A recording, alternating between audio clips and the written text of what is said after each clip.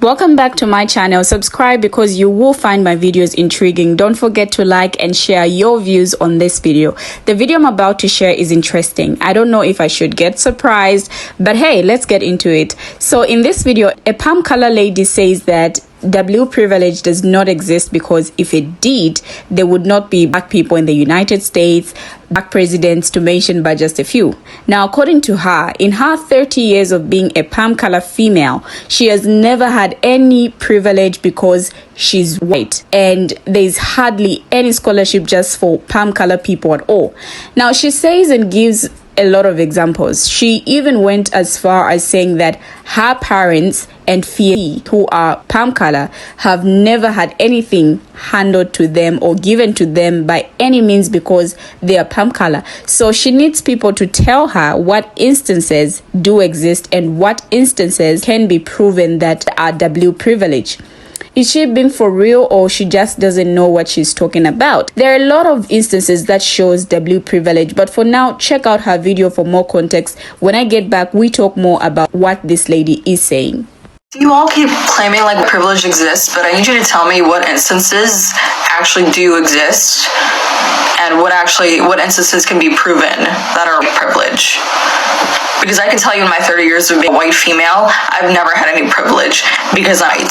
In fact, there's hardly any scholarships just for white people at all. Not only that, there's hardly any school programs for white people. There's hardly any school education of anything for white people alone. And actually, my mother and my father and my fiance who are white have never had anything handed to them or given to them by any means because they're white. Like, I don't even think you know what you actually mean by white privilege. Privilege actually did exist. There wouldn't be black people anywhere doing anything, or Hispanic people or Asian people to anywhere in the United States doing anything. You wouldn't have black people working at Publix. You wouldn't have black CEOs. You wouldn't have had a black president in this country. You wouldn't have black managers. You wouldn't have black leaders. You wouldn't have black anywhere, anything, Asian anywhere, anything, Hispanic anywhere, anything. Okay, like, to say that means you disregard every other single race in this country doing anything and succeeding based on hard work and merit and skills that they've learned. And to say it exists means you're also trivializing all the hard work that other races in this country do to succeed. Like, you don't believe what they do even is for anything good, that it's all for naught.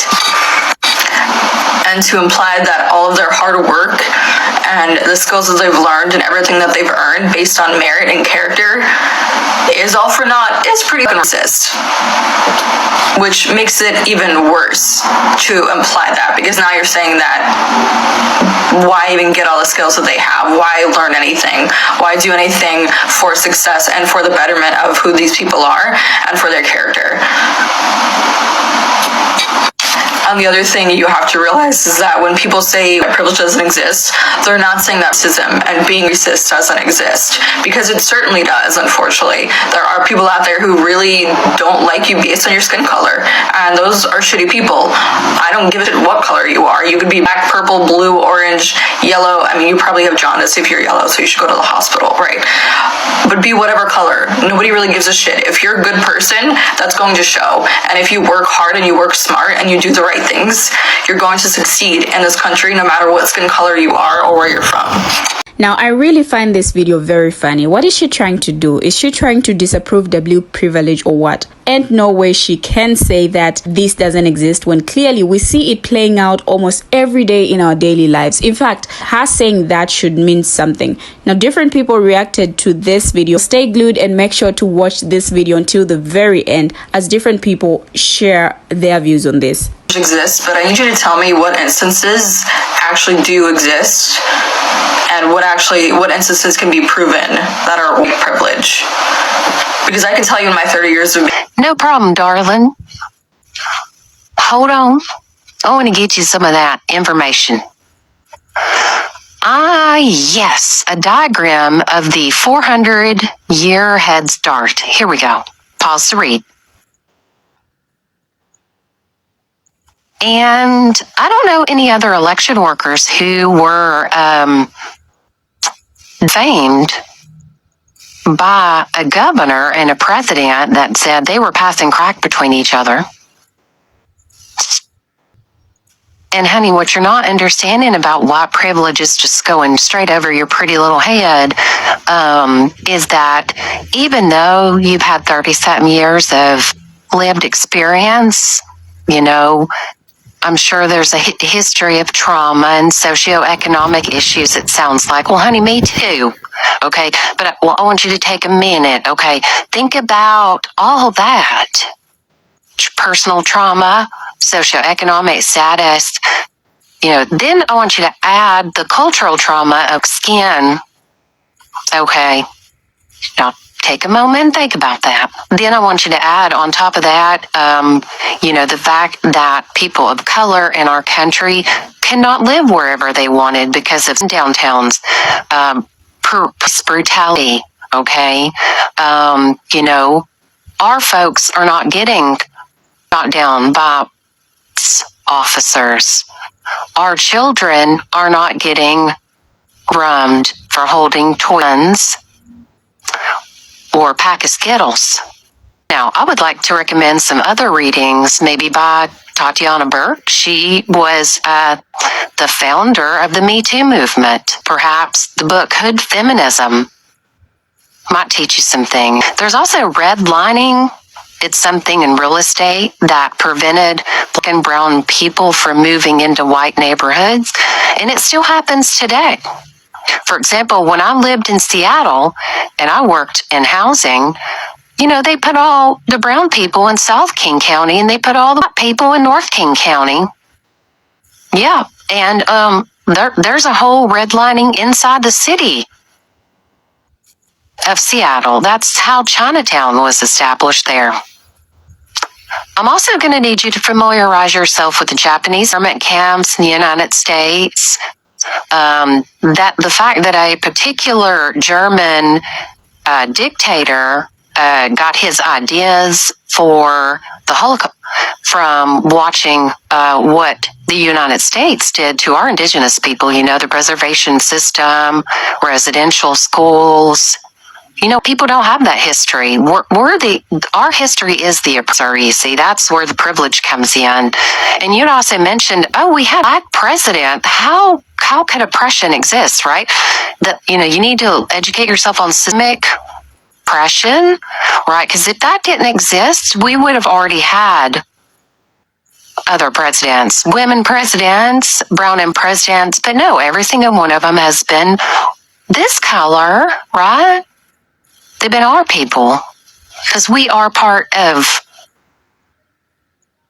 we benefit from the system. We are part of it. We uphold that because of our privilege through the color of our skin. And that does not negate our personal trauma. So I'm going to leave you with this, you know, some more education called 1619. Have a good day. Bye-bye. And what instances can be proven that are privilege. Sometimes this really is like teaching quantum physics to a sperm cell. Myself and other very educated people have explained to folks just like yourself what privilege is, and yet y'all sit here and act as though you don't know what it is. Because see, for you, it's the benefits. I can't get a scholarship. They don't have a special scholarship for me. You guys have historical black colleges. You guys got BET. You guys have your whole month. Number one, none of us have a piece of Paramount, the owner of BET. We don't. Been checking my goddamn mail for a while now. Still haven't got my BET check yet. Historical colleges have students on them. Y'all focus on the black part. I know. I understand that. I get it. There are 12 months in a calendar. Black History Month is the shortest. And even in that, there's President's Day. We don't own the calendar. As far as scholarships are concerned, why don't y'all ever give any of this heat when Winthrop Tralfaz the 8th goes to school on a legacy admission because his daddy put a wing on the motherfucking library and built them a football stadium? What privilege is being Kyle Rittenhouse and being treated like a hero and not being Elijah McClain, who didn't kill anybody, who got up with ketamine and died? Privilege is being Kyle Rittenhouse and not Philando Castile, legal gun owner, shot to death in front of his girlfriend and his stepdaughter. Pillar of the community, never did anything wrong. Kids loved him. Oh, privilege is being able to do a crime and then not have your reputation dragged through the mud. Now, I think there is need of defining what W privilege is so that others like her don't have to say that it doesn't exist. Now, W privilege or palm color skin privilege is a societal privilege that benefits palm color people over non-palm color people in some societies, particularly if they are otherwise under the same social, political, or economic circumstances. Now, recognizing W privilege begins with truly understanding the term itself. Today, W privilege is often described through the lens of Peggy McIntosh's groundbreaking essay, W Privilege: Unpacking the Invisible Knapsack. Now, originally published in 1988, the essay helps readers recognize W privilege by making its effects personal and tangible. For many, W privilege was an invisible force that palm color people needed to recognize. It was being able to walk into a store and find the main displays of shampoo, which were catered toward their hair type and skin tone. It was being able to turn on the television and see palm color people widely represented. It was being able to move through life without being racially profiled or unfairly stereotyped. Or true. Now, this idea of W privilege as unseen and conscious advantages took hold. It became easy for people to interpret McIntosh's version of W privilege, fairly or not, as mostly a matter of cosmetics and inconvenience. Now, those interpretations overshadow the origins of W privilege as well as its present-day ability to influence systemic decisions. They overshadow the fact that W privilege is both a legacy and a cause of articism, and they overshadow the words of many people of color and Black people who for decades recognized W privilege as the result of conscious acts and refused to separate it from historic inequalities. Now, in short, we've forgotten what W privilege really means, which is all of this, all at once. And if we stand behind the belief that recognizing WP is integral to anti-bias work of palm color educators, we must offer a broader recognition, a recognition that does not silence the voices of those most affected by W privilege, a recognition that does not ignore where it comes from and why it has staying power. Now, this exists because of historic enduring articism and biases. Therefore, defining WP also requires finding working definitions of articism and bias. So what is articism?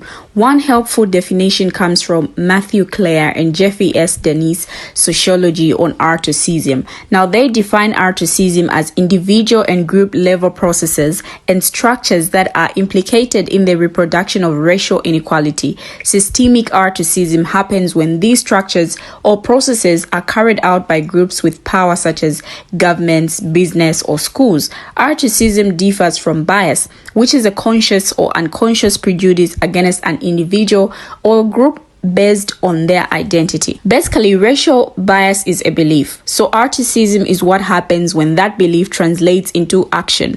For example, a person might unconsciously or consciously believe that people of color and people are more likely to commit crime or be dangerous. That is a bias. And a person might become anxious if stems from a bias. Now, these biases can become articism through a number of actions ranging in severity and ranging from individual to group level responses.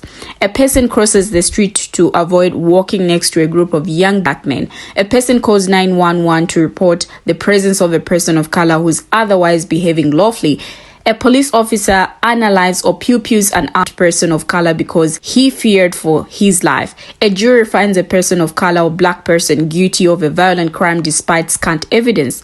All these, now both articism and bias rely on what sociologists call racialization. This is the grouping of people based on perceived physical differences such as skin tone. This arbitrary grouping of people historically fueled biases and became a tool for justifying the cruel treatment and discrimination of non-white people. Colonialism, slavery, and Jim Crow laws were all sowed with junk science and propaganda that claimed people of a certain race were fundamentally different from those of another, and they should be treated accordingly. And while not all palm color people participated directly in this mistreatment, their learned biases and their safety from such treatment led many to commit one of those most powerful actions, silence. And just like that, the discipline, treatment, and discrimination of people of color and black people inevitably gave birth to W privilege. Now, this is a concept that highlights the unfair societal advantages that palm color people have over non-white people. It is something that is pervasive throughout society and exists in all of the major systems and institutions that operate in society, as well as on an interpersonal level. Now, the term has a long history, but it has come into sharper focus due to events such as the unalivings of people, which has resulted to Black Lives Matter protests. Now, the phrase W privilege was first coined by activist and scholar Peggy McIntosh in 1988 in her paper. W privilege can evoke reactions of defensiveness and even outrage. Now, this concept has been termed as white fragility, coined by Robin, and the reactions range from shame, guilt, fear, avoidance, defensiveness, and discomfort to extreme reactions such as shaming, covert aggression, intolerability, invalidation, and weaponizing privilege. On the other hand, for some, the idea that a person could have special privileges just because of the color of their skin is an unsettling realization and can elicit feelings of shame, guilt, and confusion. Now, W privilege is an advantage that protects white people or palm color people against any form of discrimination related to their ethnicity and race. In order to understand WP in action, it's helpful to think of examples of how it can appear in day-to-day life. Now, the following examples are drawn from the work of Peggy McIntosh. Shopping. Imagine that if you are palm color and are going shopping and looking in the cosmetics section for a brand of foundation that matches your skin tone. Are you fearful that your shade doesn't exist? Most likely not. Now, this is W privilege. How about if you walk into a store? Do you assume that employees might be looking at you because they think you're going to steal something because you can't afford it? Again, probably not. Now, these kinds of worries don't exist when you have been afforded W privilege. Thank you for watching. Kindly share your thoughts or your views on what you think about this video. See you in my next video.